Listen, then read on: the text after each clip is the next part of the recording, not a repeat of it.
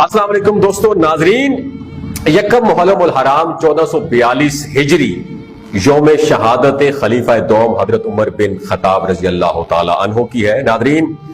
خاندان قریش سے تعلق رکھنے والے جناب عمر بن خطاب جب نبی رحمت کی دعا سے دائرہ اسلام میں آئے تو بیت اللہ کی چھت سے اللہ اکبر کی صدائیں آتی ہیں۔ کیوں نہ آتی؟ آج عمر دائرہ اسلام میں داخل ہوئے، آج کفر کے ایوانوں پر لرزہ طاری ہے، صحن حرم سے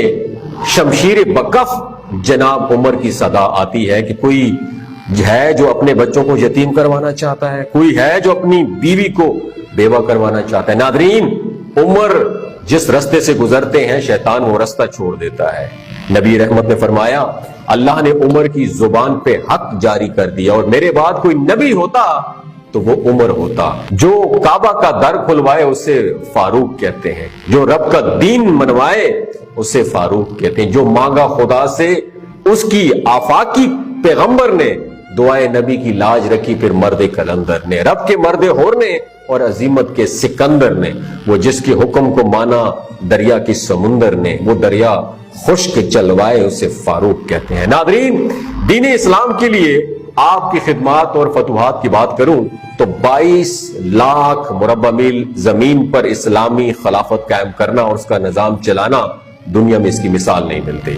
بات عدل و انصاف کی ہو تو جناب فاروق اعظم نے جرم ثابت ہونے پر اپنے لخت جگر کو سزا دے کر رہتی دنیا کے حکمرانوں کو یہ سبق دے دیا کہ بیٹا فاروق اعظم ہی کا کیوں نہ ہو، بیٹا 22 لاکھ مربع میل کے حاکم و حکمران کا ہی کیوں نہ ہو۔ عدل و انصاف کا تقاضا ہے کہ سزا اس کو بھی ملے گی۔ رعایا کی جان و مال کی حفاظت مقصود ہو تو محکمہ پولیس کا قیام آپ کے دور کی روشن مثال ہے۔ اس سے بڑھ کر دین کی اور کیا خدمت ہو سکتی ہے دوستو کہ آپ کے دور میں 3600 علاقوں پر پرچم اسلام لہرایا، 900 جامع مسجد اور 4000 عام مسجدیں کیسر و کسرا کے ایوانوں کو زیر و زبر کرنے والے فاتح بیت اللہ اور فاتح بیت المقدس جناب عمر کے دور میں عدالت کی ایسی بے مثال فیصلے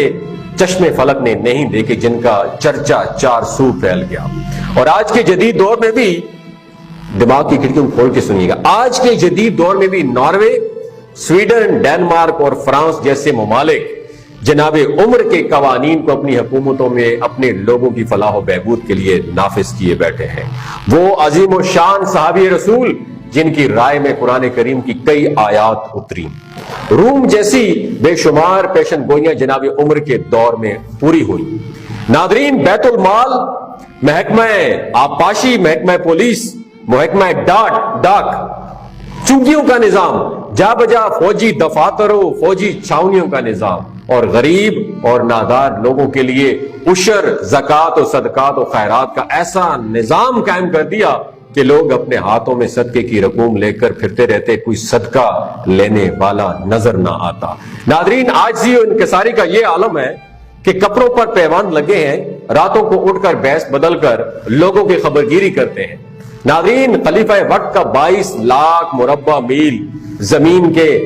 حاکم و حکمران کا راتوں کو اٹھ کر بھیس بدل کر لوگوں کی خبرگیری کرنا، اپنی پشت پر لوگوں کے لیے غلہ لے کر جانا مجھے یہ بات کہنے پر مجبور کرتا ہے کہ محمد کے صحابی کا وہ شانہ یاد آتا ہے، بدل کر بھیس گلیوں میں وہ جانا یاد آتا ہے، نجف اس عہد کی مائیں جب آٹے کو ترستی ہیں، عمر تیری خلافت کا زمانہ یاد آتا ہے۔ ناظرین، تاریخ مساوات کی ایسی مثال پیش نہیں کر سکی، تاریخ آج تک ایسی مثال پیش نہیں کر سکی کہ خلیفہ وقت مہار تھامے آ رہے ہیں اور غلام سواری پر بیٹھا ہوا ہے۔ ناظرین، تاریخ کے اوراق جناب عمر کی خدمات سے بھرے پڑے ہوئے ہیں۔ حقیقت میں رسول کائنات کے آفاقی دین کی تعمیر اور ترقی کو اوج ثریا تک پہنچانے اور دنیا بھر میں اسلامی سطوت و شوکت کا سکہ بٹھانے کا صحرا جناب عمر کے سر پر ہے، مگر آج ہمارا اسلامی معاشرہ اپنی اصل سے دور ہو گیا ہے۔ منصف ہو یا حکمران، سپہ سالار ہو یا بیوروکریٹس، تعلیمی اداروں کے سربراہ ہو، تاجر ہو، کسان ہو یا مزدور، ہمیں اسلام کی اصولوں پر واپس آنا ہوگا، کیونکہ آج دنیا اسلام پر دنیا کفر غالب آ رہا ہے، اس لیے کہ ہم نے تعلیمات فاروقی کو بلا دیا۔ ناظرین، ابھی بھی وقت ہے،